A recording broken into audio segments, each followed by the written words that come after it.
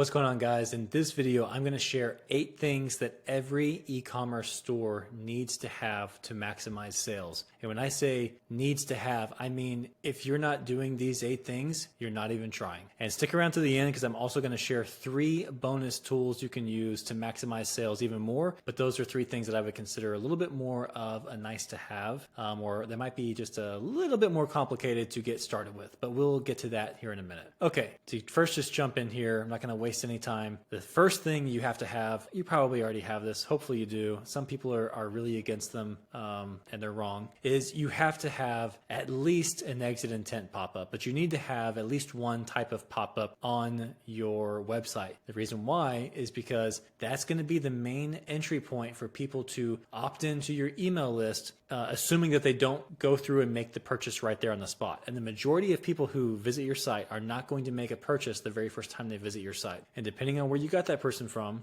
whether they click through on social media or whatever, the odds that they will come back to your site are very, very low. The majority of your traffic are going to be from people who visit your site one time and they never show up again. So by not having a pop-up to capture their contact information, you are just shooting yourself in the foot in terms of how many more leads you could potentially be marketing to that you will then get sales from. It's so much easier to get sales from your email list if your email list is constantly growing from the people who show up on your site. And the easiest way to do that is to have at least one active pop-up. If you're just so against pop-ups and you only had one, then do an exit intent pop-up. I definitely recommend having more though. And I have videos on this so you can look into that further. Thing number 2, a welcome series that's tied to that pop-up. So you need to have an automated email flow that's set up so when people sign up in that pop-up that they get these automated emails. And that flow is typically going to be the most profitable, or at least top 3 most profitable flows that you have with your email marketing. And it's not only, of course, it's just going to help you generate way more revenue,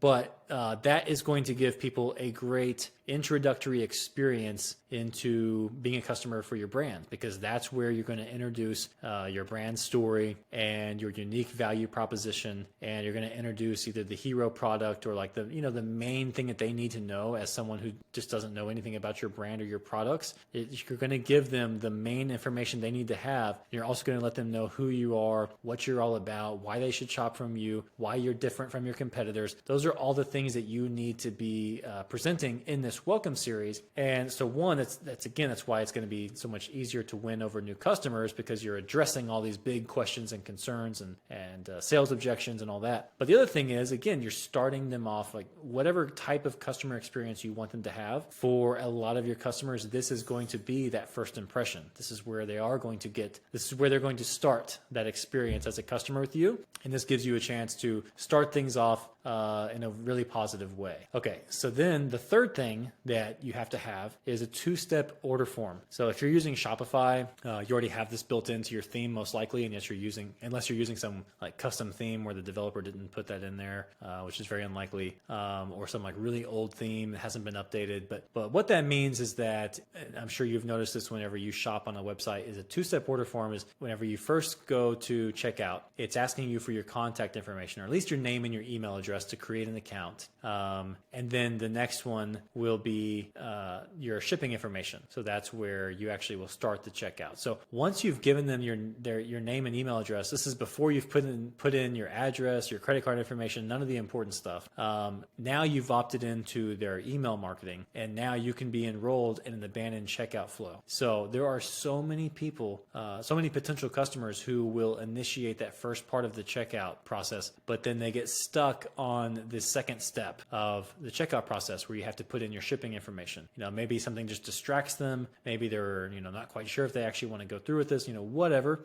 A lot of people stop there, and it's a big opportunity in your sales process to get more sales by just having a way to market to the people who get stuck at that spot. The other thing is this ends up being another really common entry point as far as how people opt opt into your email list in the first place, if you don't have a two-step order form, then the only other way they could opt in would be through that pop-up that we previously talked about or some other form on your site. But this is a little bit more, if you think about it, this person's further along in the sales process. When this person opts in, it's a lot easier to get a sale from them, even compared to the welcome series, which is already pretty easy. So then that this should be pretty obvious that the item number 4 that I'm going to mention here that you need to have is an abandoned checkout flow. So that way, when people do opt in through your two-step order form and they don't complete their purchase, you can send them an abandoned checkout email or a series of emails to get them to go back and then complete that purchase. And there's a bunch of research on this if you just don't believe for whatever reason,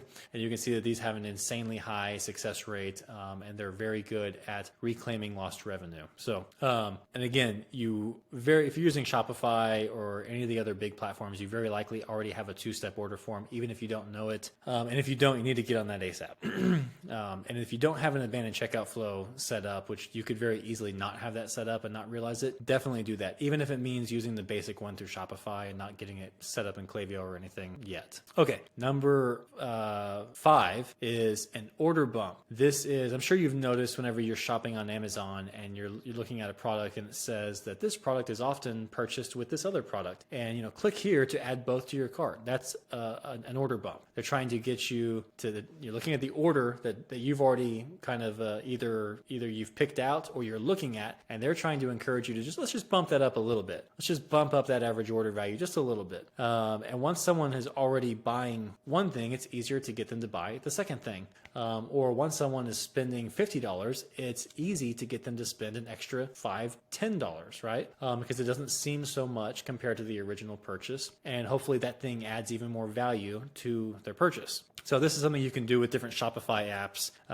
where you can have it on the product page. But where I like to see this is actually during the checkout process. So you're checking out and then all of a sudden some kind of offer pops up that's usually it's going to be relatively more affordable than the main thing that you're ordering, and it's going to be very complimentary. So it's going to make that basically, for if they spend a little bit more, they're going to make their purchase a lot better. And the whole purpose of this is that way you can bump up your average order value. That way you can spend more on marketing, you can spend more on acquiring customers because you're getting more ROI on the purchases. So you don't want to just be putting junk in there just for the sake of doing this. It needs to actually add value for them to the order. But again, they don't have to be big things, and they don't have to be super complicated items. It could just be like a smaller version of something that they're already buying that maybe they want a travel size companion of it so they don't have to travel with it, whatever. But it's super easy. There's a bunch of apps that will help you do this, or you can get your developer to custom code it for you. Okay, the next thing is you need to be using either have this coded into your theme or be using an app that allows you to collect reviews on your website. And especially, this is super important, you want to have this set up in a way where it not only allows but also encourages them to upload UGC, where they are encouraged as part of leaving a review to upload a photo or a video, the product or of them using the product. And the reason why is because, so for one, those reviews are already amazing social proof for your business. It's going to help you get more sales. But nothing is better than a review and a real life image, because for one, it's a lot harder to fake that. So they are much more trusting. The person who's on your website is much more trusting of that review because they see how the product actually looks in the wild. This verifies, okay, this person actually got it. It actually looks like what they said it was going to look like on the website. It was actually delivered the way they said it was going to be. The person is actually using it and happy with it. And then another thing, it's a little more subtle psychological thing here, is that you will notice that your brand, the way you do marketing, tends to attract certain types of people. And those people also tend to attract people like them. So when you have a bunch of customers posting photos of themselves using your products, a bunch of other people who are naturally just, kind of think the same way, or like they wear similar clothes, or their house kind of looks like they have kind of the same stuff in their house or whatever. We can all tell whenever we see someone who's kind of like us, and it makes us like them more. So it helps you attract more customers that are like them by having lots of people post photos of how they're using the product, they're basically doing a lot of marketing and psychological persuasion for you. And that's why you absolutely need to be prioritizing this, because then you can take all those reviews and those images and you can put those in your future emails that you send out. It makes those emails convert way higher with little effort. Okay, now that was item number 6. So item number 7 is a rewards or loyalty program. Whatever you want to call it, however you want to structure it. You want to have a program in place that encourages your customers to be better customers and that rewards them for being better customers. This is huge for customer retention. Customers actually strongly prefer businesses that have a good rewards program over those that don't. And again, it's just providing a better customer experience. So it's just going to be easier to get repeat sales from people whenever they know that beyond the value they get from the thing they're buying, they're also building up points that allows them to get more of what they want for less. The other thing is just fun for people, like people who are really diehards, who love your products, love your brand. They want to be recognized as the VIPs and as diehard fans. And as their status changes, as they move up in your loyalty program, it makes it more fun for them, makes it more fulfilling for them. So it's a win-win for everyone. And finally, item number 8, very similar to that last one, is an affiliate/referral program. So affiliate program is usually something where you've got it open, where you're open to people. So basically what this means is that if someone brings a customer to you, whether they refer someone or whatever, that they get a little cut of the sale. That's typically how this works. An affiliate program typically is you are setting this up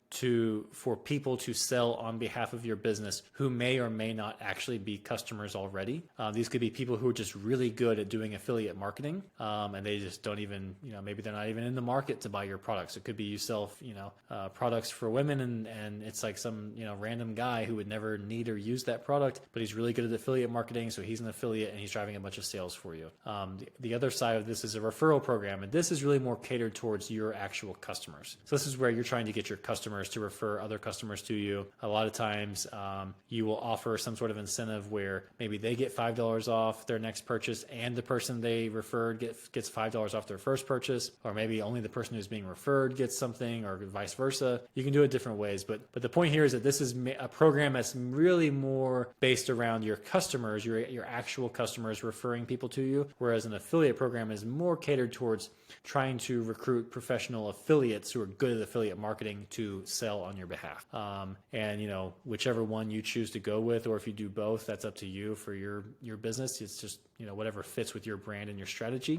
At least have one of those in place. Okay, now I want to share 3 bonus things. So all of those are things those are mandatory. If you're not doing those 8 things, you're just not trying. Okay, I don't care what you say. You're not trying. You haven't put in the minimum effort to maximize the sales from your e-commerce store if you're not doing those 8 things. Okay, these 3 bonus things, these are things that you don't see as often. The first one I'm going to talk about, this is something you very rarely see. You see this in the direct response marketing world, but you don't see this in e-commerce very often. And that's a one-time offer. So, and it has to be truly a one-time offer. This can't be something where you present it every so often to them. It has to be a one-time thing, which means it has to be good. So ideally, this is something that's a really great offer. So it could be, let's just say you sell 10 products and someone buys 1 product, and you present them with an offer where they could get 5 of your most popular products bundled into one, and it's discounted. And it's a really good discount, but it's only available this one time. Like, it's literally only available this one time. And the way you present that could be, again, there's apps you can use with Shopify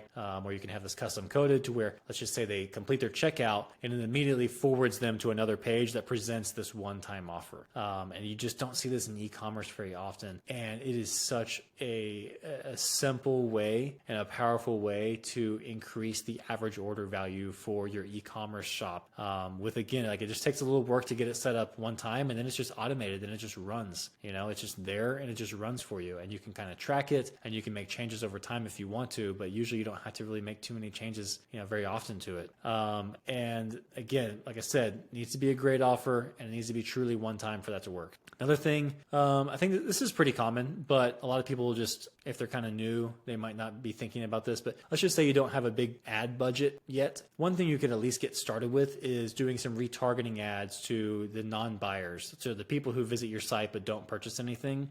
That's a pretty low-hanging fruit way to get started with advertising, where you don't have to spend very much money to get some extra sales, and it's pretty easy to get set up, and it's actually a lot easier than trying to advertise to a cold audience. You don't have to do as much testing to find winning offers, because these people who see these ads are people who are already interested. They're already interested enough that they ended up on your site in the first place. So it's just about giving them a nudge to come back and complete that purchase. And finally, the last thing I want to mention here is a buy now, pay later program. This might not be relevant for every brand, but this is something that, especially if you have higher ticket items, that it can be, I mean, a lot of these you can look into the research on this.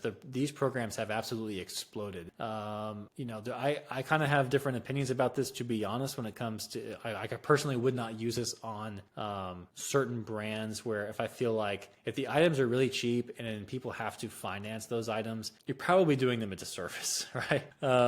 So I don't know. I'm kind of like on the fence about it, but I will say they work and they do drive up sales. They definitely increase sales, and they are something that I've personally seen with brands have a very high success rate where people actually do pay them. But I have also seen it to where people have the type of customers who just don't pay these off, and it becomes a problem. So that's why I want to I don't want to be deceptive here and recommend something that where if I've seen it possibly go poorly. But like I said, in the majority of cases I've seen this really increase sales, because for a lot of people it just, even if they could buy it right now, they would prefer, if it's a bigger purchase, to split that payment over, let's say, 4 interest-free payments, and they would just prefer that. And so you have a lot of buyers where they'd be more comfortable making a bigger purchase if they could spread out that purchase over the course of a few months, and especially if they don't have to pay interest on it. So again, it ends up being a great win-win for the business and for the customer, but you do want to be thoughtful in how you use these,